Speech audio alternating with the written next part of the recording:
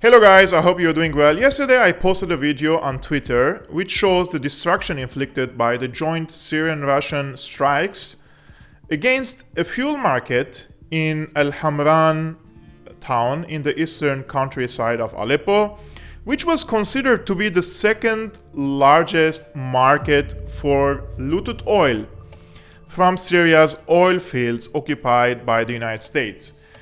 This video received a lot of attention on Twitter because the mainstream media never referred about this case as an attack against an oil market that is considered to be the second largest market for looted oil from Syria's oil fields. Just in case you don't know, at least 50% of Syria's oil fields or oil resources or energy resources have been occupied by the United States in the last few years, especially after 2017.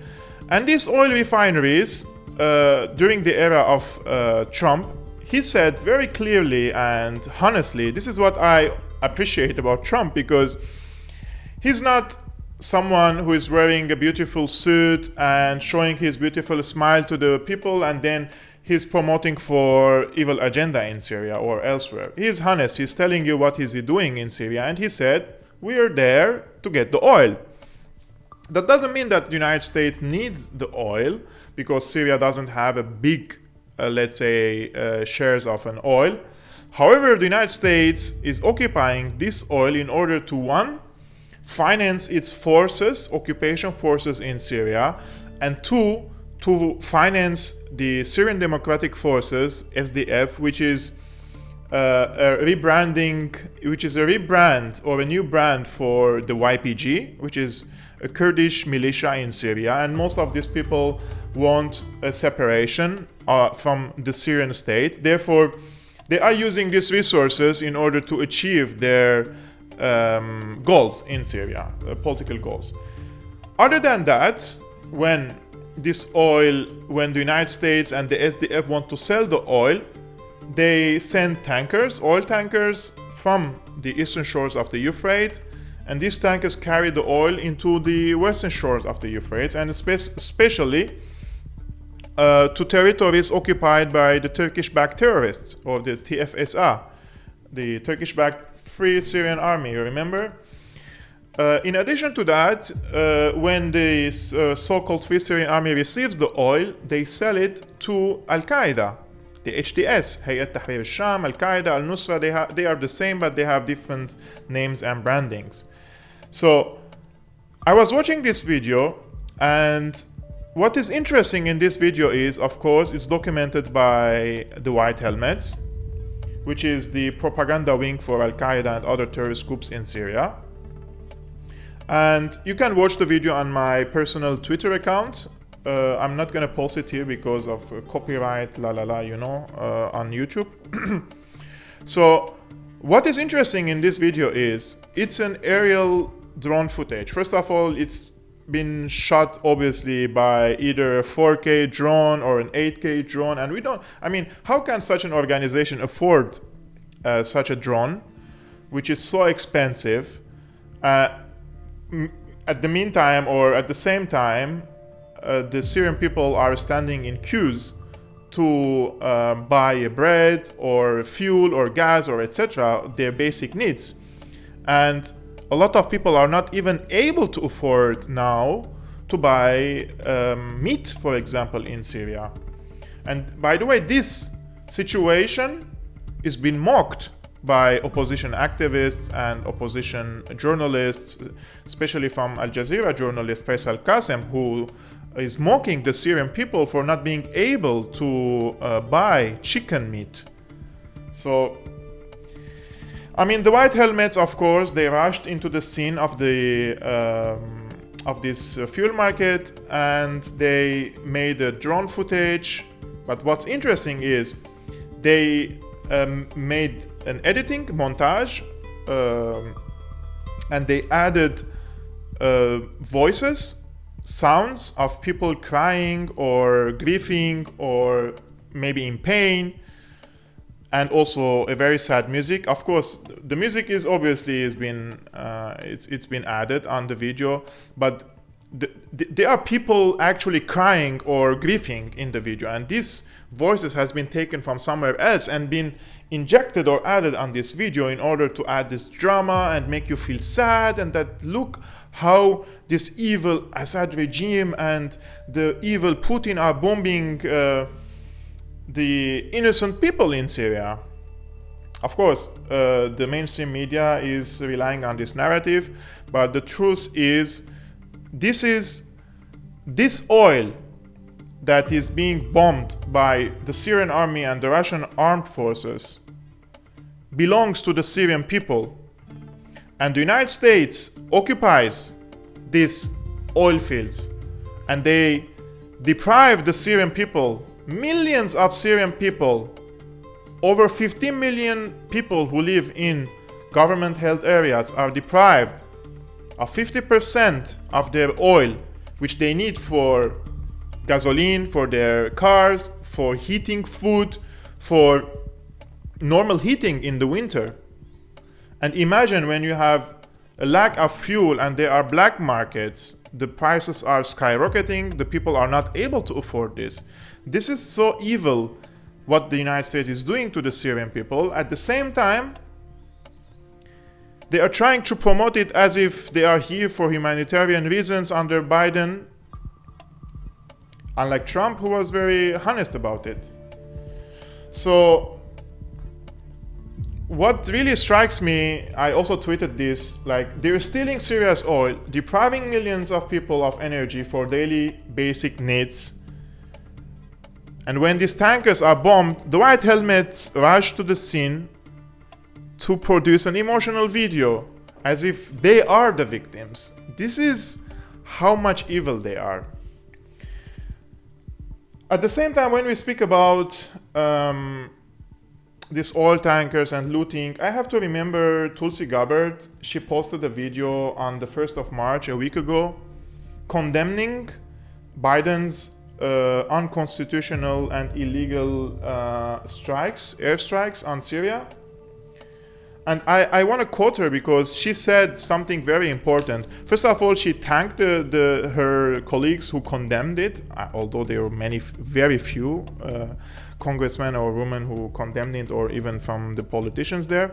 But she said we need to focus on the bigger issue. The bigger issue here is the regime change war the US continues to wage in Syria using Al-Qaeda, Al-Nusra HTS terrorists, as our proxy ground force, as an American proxy ground force, who now occupy and control the city of Idlib, imposing Sharia law and cleansing the area of most Christians and religious minorities. She continues saying, the Biden administration continues to use the US military to illegally occupy northeast Syria, to take the oil, as Trump so crassly but honestly put it, violating international law. She adds, saying, a modern-day siege of the draconian embargo sanctions is causing deaths and suffering for millions of innocent Syrians, depriving them of food, medicine, clean water, energy, and warmth, and making it impossible for the Syrian people to try to rebuild their war-torn country. So Tulsi Gabbard, of course, she's no more a congresswoman. She's on point. She's always on point when it comes to Syria, and she's telling the people, guys, look, this is not only like an airstrike here or airstrike there. This is not only about that Biden authorized an attack on illegal attack on Syria. No, there is a bigger picture here. We started this war. She means the Americans, because they wanted to change the regime in Syria. This was a regime change war.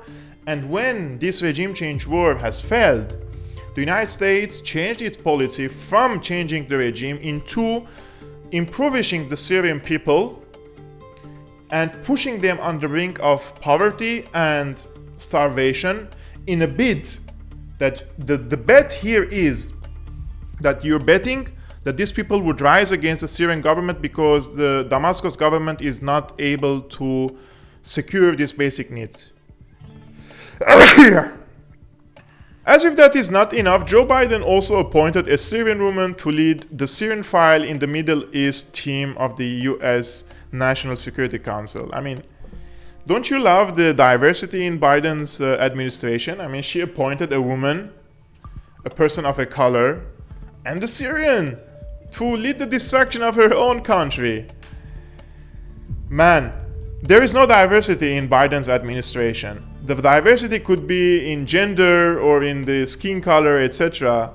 But there would be no one in Biden's administration who thinks differently. That's the diversity. When you appoint someone, or you appoint people who have a variety of opinions, different opinions in your administration, then that is called diversity, but not when you appoint everyone from the same opinion, but with different skin colors or genders, and then you call it diversity. That's not diversity. That you're fooling the people. And what strikes me the most are the people who are celebrating this diversity in Biden's administration. What kind of joke is that? Why Tulsi Gabbard doesn't have any position, for example? Isn't she also from the minorities in the United States? She has an immigrant background. She is a person of a color. She's a woman. But she won't be appointed by Biden. Why? Because she has a different opinion. And of course, because she tells the truth about the Middle East. She served in the Middle East twice as a soldier, as an officer. She knows why the United States there. She knows how the United States is treating the people of the Middle East. She knows how destructive the American role is in the Middle East and why all this terrorism is emerging in the Middle East. Mainly because of the intervention of the United States and the United States being complicit with these terrorist organizations and using them as geopolitical tools and boots underground against any political party, whether a state or non-state actor, who disagrees with the United States or refuses to bow in front of the American dictates. That's the truth. So, in order to celebrate diversity in the United States, first you need to celebrate diversity or a difference of opinions in the United States, and not to make everyone think the same and then you appoint people of different colors and genders and call it a diversity. That's a joke in my opinion. And people need to understand this because it's pretty obvious that Joe Biden will continue this regime change war in Syria, and he will continue the draconian sanctions on the Syrian people. So this is it's your time now. If you're an American and listening to me as a Syrian, it's your time to call your representatives in the Congress. You need to practice pressure on them in order to lift these deadly and draconian sanctions on the Syrian people. Your fellow humans in Syria are dying because they're not able to secure food for their children. People are committing suicide in Syria, increasing number of people committing suicide because of the dire situation. If you believe in humanity, it's your time to act, to contact your representatives in the United States and urge them to lift the sanctions. I mean, look how ugly and brutal are these politicians in the United States. They reject to give you the minimum wage, the $15 wage, and they vote against it. One of the congresswomen was like doing this while almost dancing about it. They're depriving you of your basic income comparing to other nations. They're depriving you of healthcare, but at the same time, they have all the money to wage all these wars in the Middle East. Trillions of dollars being spent by the United States to destroy our nations. It's time, man. It's time. It's your time to act and change. Make a change in the United States. Why Syrians and other people we follow the elections in the United States as if it's our elections, because we need to know if the president of the United States or those who are leading the security and the military apparatuses in the United States are warmongers or not. And unfortunately, since I was born in 87, I haven't seen a single president in the United States who hasn't waged wars in the Middle East. But I'm still hopeful that one day the Americans will make a change, and not only for them, but also for us. I've been your host, Kewek Almasyan of Syriana Analysis. If you like the content of my channel, I really appreciate if you hit the subscribe button. It really helps me, and activate the notification bell. It's really obvious that YouTube has shadow banned my channel, and it's not reaching to the people. Even those who are activating the notification bell are not receiving any notifications. So I would really appreciate if you watch and share my videos on social media platforms. And if you like to support my independent work, you can become my patron. All the links in the description below, and see you next time.